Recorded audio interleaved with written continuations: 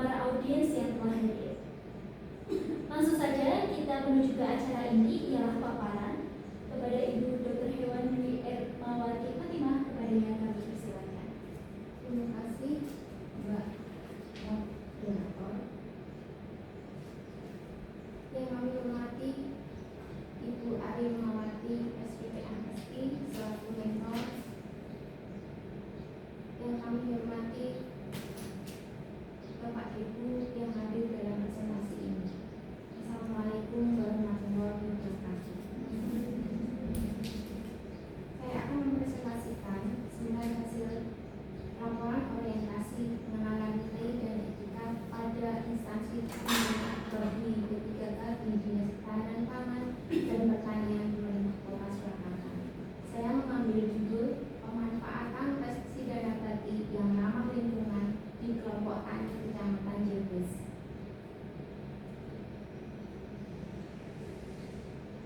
Latar belakang dari orientasi ini adalah pedoman orientasi pegawai pemerintah dengan perjanjian kerja tercantum dalam lampiran keputusan Kepala Lembaga Administrasi Negara nomor 289 P/PDP.07/2022, yaitu untuk memperkenalkan nilai-nilai tugas dan fungsi aparatur sipil negara kepada pegawai pemerintah dengan perjanjian kerja. Waktu dan tempat. Waktu pelaksanaan yaitu mulai tanggal 9 September 2024 sampai tanggal 30 September 2024. Tempat pelaksanaan di Dinas Ketahanan Pangan dan Pertanian Kota Surakarta.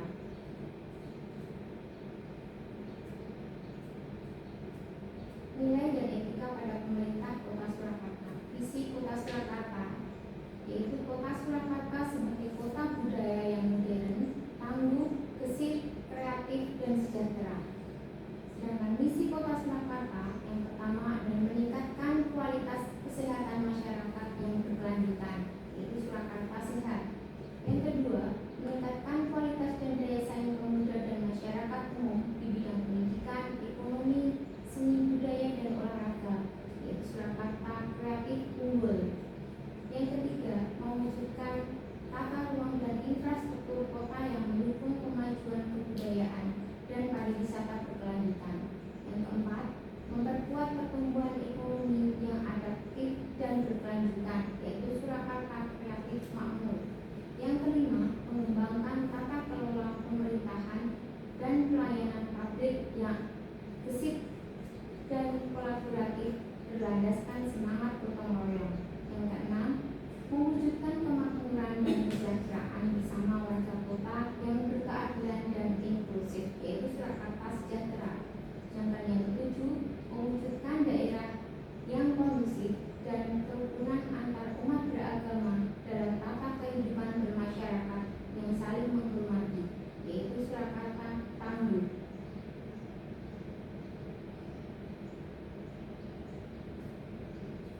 SOTK Pemerintah Kota Surakarta. Pemerintah Kota Surakarta dipimpin oleh seorang wali kota dan wakil wali kota yang mempunyai mitra kerja DPRD. Dalam melaksanakan pemerintahannya, wali kota dan wakil wali kota dibantu oleh staf ahli dan perangkat daerah, yaitu sekretaris daerah dan sekretaris DPRD, dinas daerah, badan daerah, kecamatan, dan inspektorat.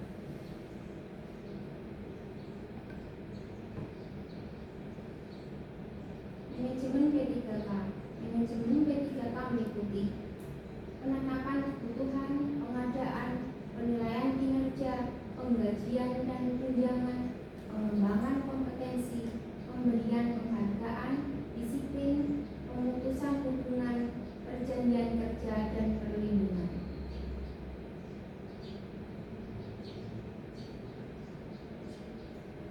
Penilaian kinerja P3K. Penilaian kinerja P3K atau pegawai pemerintah dengan perjanjian kerja berdasarkan sasaran kinerja pegawai atau SKP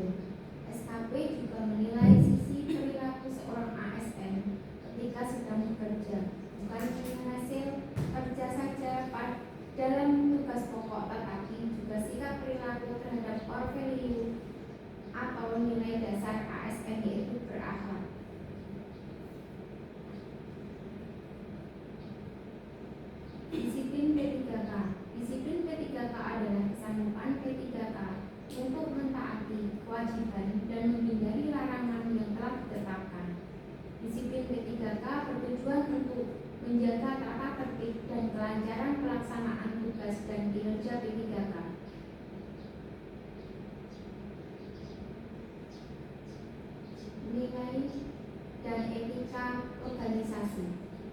Rencana Strategis OPD Dinas Ketahanan Pangan dan Pertanian yang disingkat Dispangpan Kota Surakarta.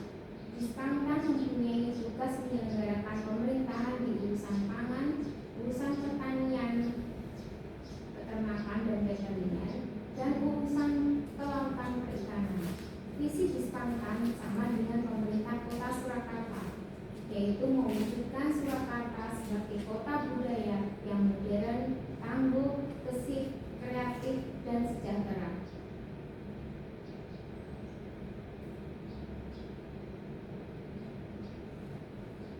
Susunan organisasi Dinas Ketahanan Pangan dan Pertanian terdiri dari Kepala Dinas, Sekretariat, Bidang Ketahanan Pangan, Bidang Pertanian dan Perikanan, Bidang Veteriner, UPTD, dan kelompok jabatan fungsional.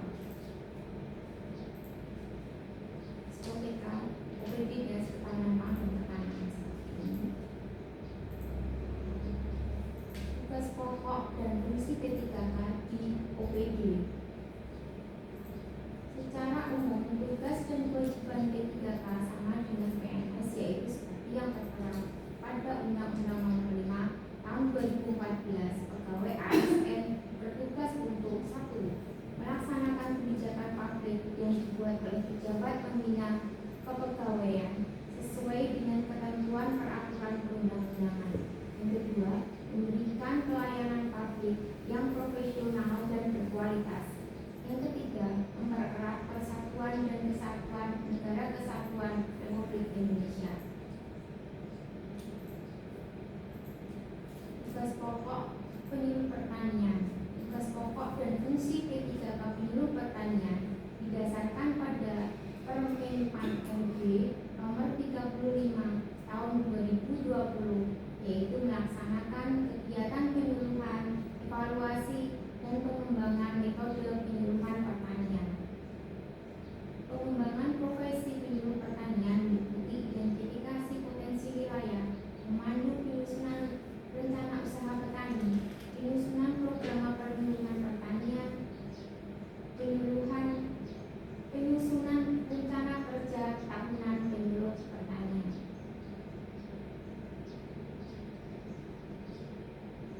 Rencana dan hasil kerja P3K, unit kerja bidang pertanian dan perikanan, jabatan penyuluh pertanian ahli pertama. Isu yang kami angkat yaitu kurangnya penggunaan pestisida nabati sebagai pengendali OPP yang relatif murah dan aman di kelompok tani. Gagasan yang diangkat pemanfaatan pestisida nabati yang ramah lingkungan di kelompok tani Kecamatan Jebres.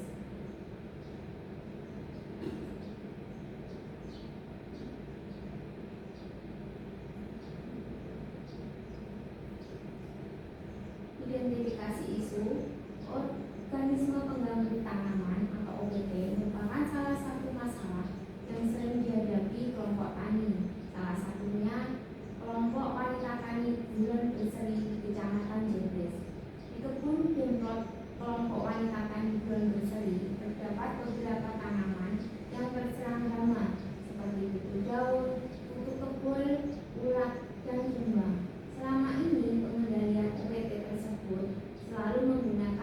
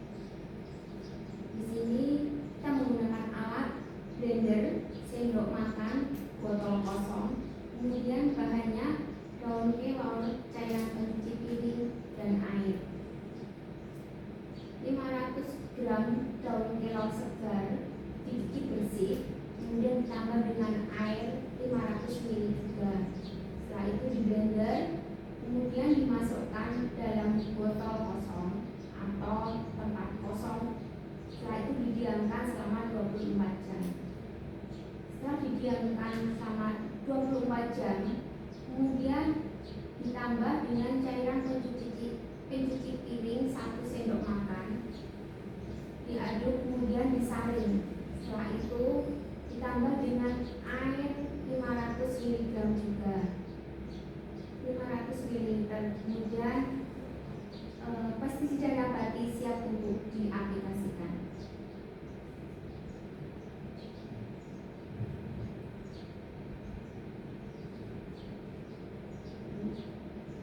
Dokumentasi melaksanakan aktualisasi. Evaluasi aktualisasi penerapan penggunaan pestisida nabati di kelompok tani untuk pengendalian OPT sebagai pengganti pestisida kimia. Ada anggota POTAN atau kelompok tani yang masih ragu karena dampak penggunaan pestisida nabati tidak secara langsung dapat dilihat. Harus beberapa kali diaplikasikan, dampaknya baru bisa terlihat, sehingga sosialisasi perlu dilakukan terus-menerus agar petani sadar akan pentingnya penggunaan pestisida nabati yang aman dan ramah lingkungan. Rencana kerja menengah. Kegiatan tahun 2024 yaitu pembuatan pestisida nabati di salah satu kelompok tani Kecamatan Jebres. Kemudian outputnya mengubah pola pikir salah satu kelompok tani di Kecamatan Jebres beralih penggunaan pestisida untuk pengendalian OPT dari pestisida kimia menjadi pestisida nabati. Yang kedua, tahun 2024 juga sosialisasi pembuatan pestisida nabati diperkenalkan di beberapa kelompok tani Kecamatan Jebres. Maksudnya, beberapa kelompok tani di Kecamatan Jebres diharapkan dapat beralih penggunaan pestisida dari pestisida kimia menjadi pestisida nabati untuk pengendalian OPT. Di tahun 2024 juga sosialisasi pembuatan pestisida nabati ke kelompok tani di seluruh Kecamatan Jebres. Maksudnya, kelompok tani di seluruh Kecamatan Jebres diharapkan beralih penggunaan pestisida dari pestisida kimia menjadi pestisida nabati untuk pengendalian OPT. Tahun 2025, sosialisasi pembuatan pestisida nabati ke kelompok tani di luar Kecamatan Jebres. Outputnya, kelompok tani di luar Kecamatan Jebres diharapkan beralih penggunaan bahan pestisida dari pestisida kimia menjadi pestisida nabati untuk pengendalian OPT. Kemudian tahun 2025 juga kegiatannya sosialisasi pembuatan pestisida nabati ke kelompok tani di Kota Surakarta. Outputnya, kelompok tani di seluruh Kota Surakarta diharapkan beralih penggunaan bahan pestisida dari pestisida kimia menjadi pestisida nabati untuk pengendalian OPT. Kontribusi terhadap visi misi penggunaan pestisida nabati yang ramah lingkungan untuk penanggulangan OPT mewujudkan visi Kota Surakarta sebagai kota budaya yang modern, tangguh, gesit, kreatif, dan sejahtera. Dan misi yang kedua Kota Surakarta yaitu memperkuat pertumbuhan ekonomi yang adaptif dan berkelanjutan.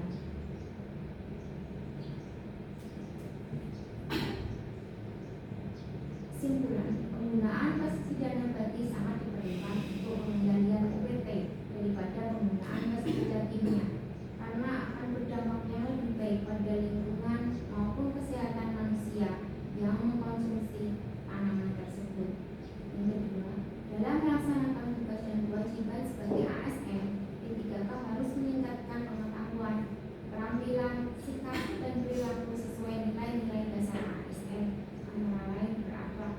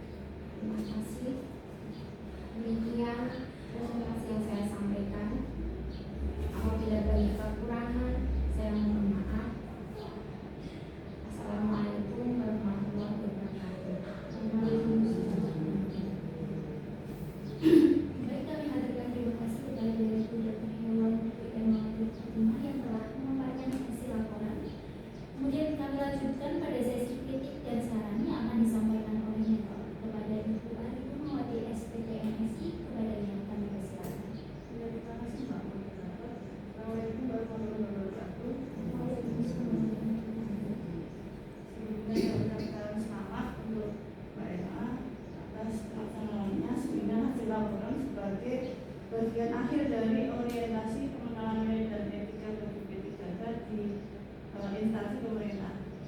Jadi ini menarik sekali ya, karena masalah yang dihadapi kelompok yang menanam sayur maupun tanaman itu memang OPT. Mereka itu pada bingung mau di gimana kan, apalagi yang kelompok wanita itu sih kepikirannya ini mau diapakan, apalagi yang seringnya itu kebul kayak gitu.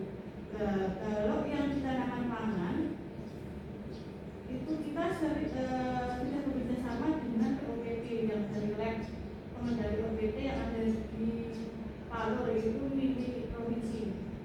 Tapi kalau yang horti yang di kelompok itu biasanya penyuluh sendiri atau dengan kelompok yang menyelesaikan bila terjadi serangan.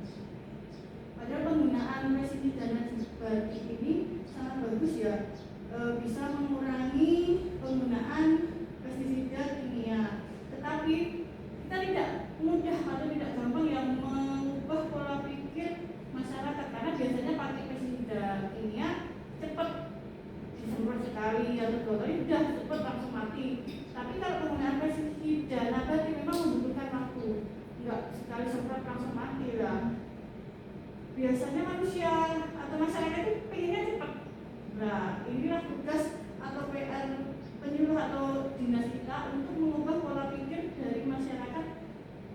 Memang kalau menggunakan pestisida nabati membutuhkan waktu. Selain pestisida nabati, kita juga bisa menggunakan agensi hayati atau musuh alami dari hama penyakit itu. Bisa berupa mikrobia atau serangga. Terus juga bisa dengan menggunakan refugia, misal tanaman tepak doro atau yang lebih yang bisa dijual itu pakai kemangi. Nah, itu bisa sebagai refugia. Terus untuk sosialisasi kita sebenarnya tidak perlu terus mendatangi gitu, tapi memang paling kelompok itu paling sering kalau didatangi penyuluhnya, bisa langsung praktek bareng pembuatannya atau pengaplikasinya. Tapi Mbak Emma bisa juga membuat video tutorial. Terus passionnya juga nggak hanya dari daun kelor, bisa menggunakan bawang merah, bawang putih, terus cabai atau muat-muat itu bisa digunakan, bisa dipraktekkan dulu lah di taman Winasis, misalnya membuat dari muat-muat, dipraktekkan dulu. Nanti bisa diaplikasikan juga ke masyarakat. Terus bisa juga dengan yang dikembangkan kementerian itu biosaka yang sebagai erishator itu bisa menghambat atau meminimkan serangan OPT. Itu bisa dipakai juga. Terus tambahan lagi di laporan itu yang bab 3. Bab 2 itu ada visi-misi, bab 3 juga ada visi-misi, tapi di bab 3 itu cukup ditulis visi-misi yang urusannya itu diatur oleh Dinas Ketahanan Pangan dan Pertanian, yaitu nomor 2. Enggak usah